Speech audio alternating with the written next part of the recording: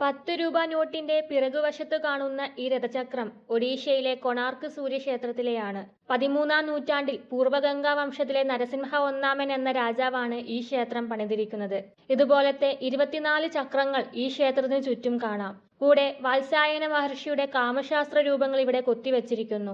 ആണും പെണ്ണും, ആണും ആണും, പെണ്ണും പെണ്ണും തുടങ്ങി മനുഷ്യനും മൃഗവും തമ്മിലുള്ള ലൈംഗിക ശില്പരൂപങ്ങൾ വരെ ഇവിടെയുണ്ട്.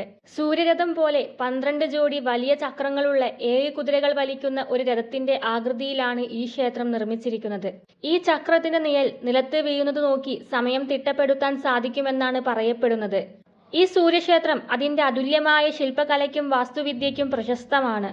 1200-ലധികം ശില്പികൾ 12 വർഷങ്ങൾ കൊണ്ട് പണിത ഈ ക്ഷേത്രത്തിന് 128 അടിയാണ് ഉയരം. ലോകത്തിലെ ഏറ്റവും മനോഹരമായ കലിംഗ വാസ്തുവിദ്യയിലാണ് ഇത് പണിതിരിക്കുന്നത്.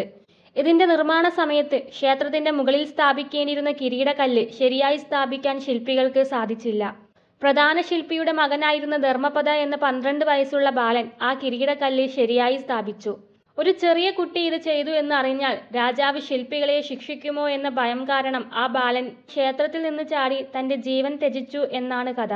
അതിനുശേഷം ശില്പികൾ ഭയന്ന് ക്ഷേത്രം പൂർണ്ണമായി പൂർത്തിയാക്കാതെ വിട്ടു. അതുകൊണ്ട് അപൂർണമായ ക്ഷേത്രം എന്നാണ് ഇത് അറിയപ്പെടുന്നത്. കഥയ്ക്ക് പുറമെ കടൽക്കാറ്റ്, ചുഴലിക്കാറ്റ് തുടങ്ങിയ പ്രകൃതി ദുരന്തങ്ങളോ രാജഭരണകാലത്തെ ആക്രമണങ്ങളോ അല്ലെങ്കിൽ കാലക്രമേണ മണലും കാടുകളും മൂടിയോ ആയിരിക്കാം ഇത് നശിച്ചത് എന്നും കരുതപ്പെടുന്നു.